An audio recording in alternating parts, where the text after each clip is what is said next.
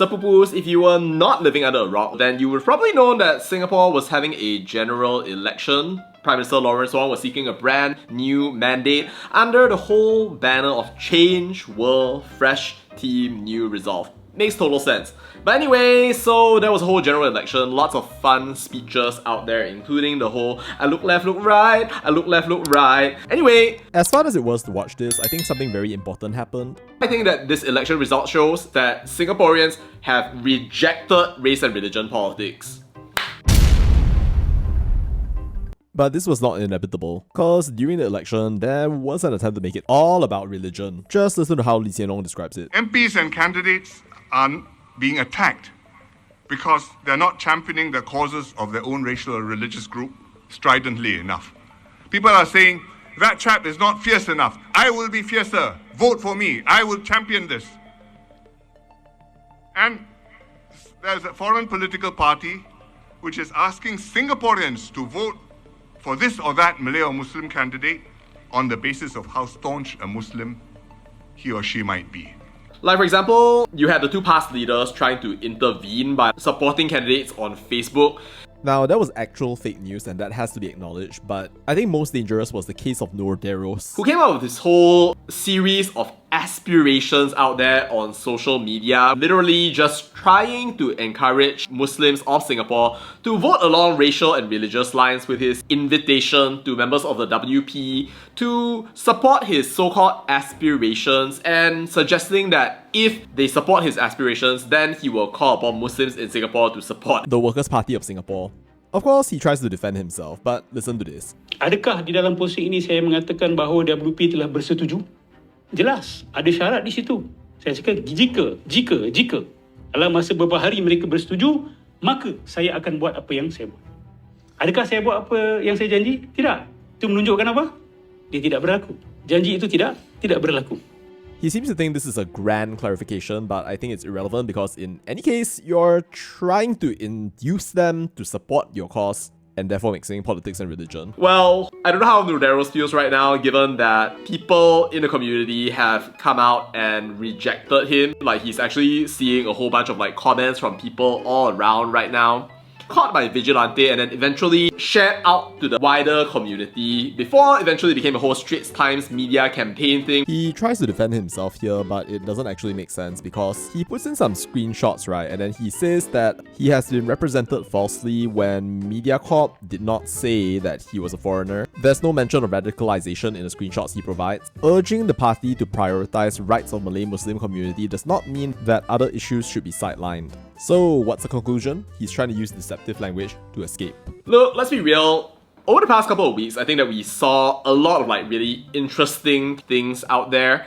Like when you had issues in the community that came up just before the election. But honestly, it was even starting before that. And I'm not saying that those issues are not real, by the way. Like, for example, for the Muslim community out there, I think that a lot of Muslims are worried about the Calvin Cheng incident, which is in turn linked to the Monday of Palestine Solidarity incident, which I posted about on this YouTube channel as well. The question was, why did the government not reprimand Calvin Cheng or anything out there, even though he asked a fellow Singaporean to go to Gaza? I mean, there was this, but I don't think that Calvin Cheng actually personally apologized. Then of course, there were things out there like, for example, Myanmar's meeting Benjamin Netanyahu, not being vocal enough about the Calvin Cheng incident, and a whole bunch of other things out there. And to be fair, I think that some of these issues really did come out in the election. I think that Myanmar's in Tampines had a relatively low vote share in the GRC against the Workers' Party. I think that was a real concern from the PAP that he could have actually ended up losing. And then PAP would have lost its Muslim Affairs Minister and would have lost Mr. Baey Yam Keng amongst other people out there. So yes, I mean that is a real issue, especially since Tampines is a 25% Muslim constituency. And also, if you go online and you look on Berita Harian Singapura or some groups out there like Suara Melayu Singapura, you do see some sorts of grievances that are kind of forming out there, even without the influence of all those toxic past influencers or the influencers on Malaysian news who are just casually talking about how the Malays of Singapore are so oppressed one after another, citing Lily, Zubaida, Rahim or any number of other influencers out there. But the fact is that overall, the results did not lie. PAP has a very strong mandate right now, and I think this showcases that Singaporeans trust in this guidance where there's a very explicit separation between religion and politics. And I think that makes complete sense because as a multiracial and multi-religious society, like, what else are you going to do? Like, are you going to go out there and then start asking people, like, to do this because it will help your religion and then do that because it will help your religion? It doesn't make sense. And the Singaporean government has been very clear about that, but I want to extend upon that, right? By mentioning that in my debates with Noor Deros, whom I've engaged over the past couple of days right here, one thing that I pointed out is that what was dangerous about Noor Deros was that he was literally trying to get community oversight over appointment of ministers and literally trying to supersede the role of the Prime Minister in appointing a literal minister. Like, that's not something that's extended to any other community, whether you're Hindu or Buddhist or anything else out there. But it was something that he was trying to inflame, and even now, still trying to inflame, and that clearly the Singaporean people rejected organically through Vigilante, and that I reject as a citizen of Malaysia, which is technically also a secular country if you look at the constitution and the way that Tunku Abdul Rahman created it, even though some people have tried to take it over, manipulate it, and yap about how actually, oh, it's not a secular country, it's a Muslim country, just because we have a majority Muslim population. Does it make sense to you? Yeah, it doesn't make sense to me either. But still, Singapore's government should not take its strong mandate for granted. It definitely has to engage with its population, because otherwise, well, people's feelings can actually breed something that's much stronger than that, so there definitely needs to be something done. But anyway, dumb move or not, valid grievances or not, I think the effect was like really bad. Now, I won't go so far as to say that what he did is the single thing that caused Faisal Manap, the only Muslim opposition member ever since independence, to end up losing his seat. I think that was that whole allegation made that because Noor Deros went and approached all the Workers' Party MPs, which he mentioned, therefore they were susceptible to that influence. Therefore, WP was associated with combining religion and politics, whether that was fair or not. I mean, you could also say that, oh, Pastor Sukri Omar also likes Noor Deros' posts, so therefore is there an association with Noor Deros?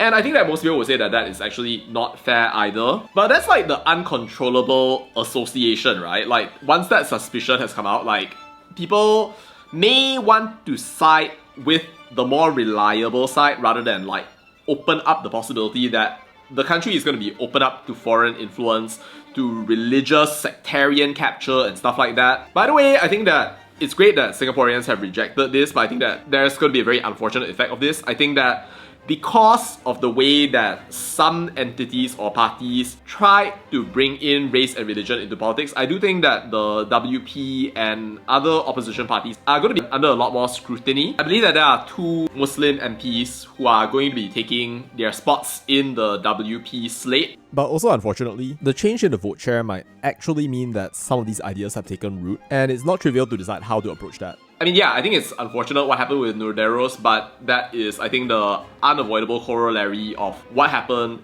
in that particular situation. At the same time, I don't want to trivialize the kinds of issues that members of the Singaporean Muslim community may have, or say a certain feeling that they may have out there. You could argue day in and day out that it's kind of like Diamonds Are Forever, a created campaign in order to make sure that people end up feeling a certain way because you want to end up accomplishing your objectives. Which obviously is like a no in the context of Singapore's secular society where there's clear separation of religion and state. But it's obviously not an option to just let people kind of simmer on the feeling and the issues, cause then you just let demagogues go out and take control of the situation and build audiences, manipulate elections, and before you know it, your entire country is gone. I think there really is a lot of meaning out there in the one Singapore, one united people, stand up, affirm this, reject race and religion politics type thing right there. I think that is something that definitely needs to hold in Singapore. I think it should hold in Malaysia as well. But it must be done intelligently. And if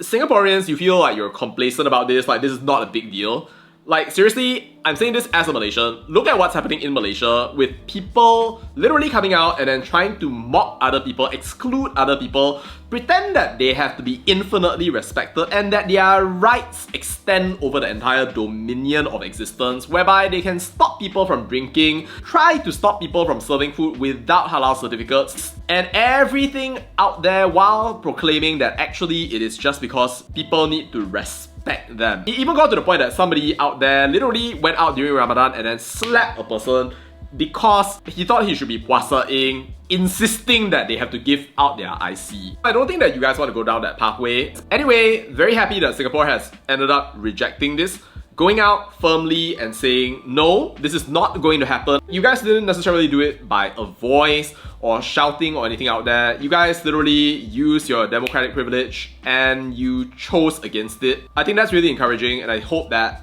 at some point or another, we as a world are going to move in that direction of rejecting this identification of race, religion, politics, and the political process out there, because we are living in a world where we are diverse. Although, yeah, I still think we are a while away from that. I don't care what kind of scholar is going to come out there and talk about how, oh, we all need to be conservative, oh, your beliefs do not align with mine or anything out there. And if there's any indication that something like that is happening out there in society, whether it's Malaysia or Singapore or anything else out there, I hope that the people of Malaysia, Singapore, and the world will come and see what is going on out there and eventually squash it where it is, because that's not the direction that we want to go in. We have seen it, tried, but completely fail over and over again. Lakum dinukum waliyadin. Alright, anyway, thanks for watching. Congratulations to the Singaporean people, and I will see you in the next one.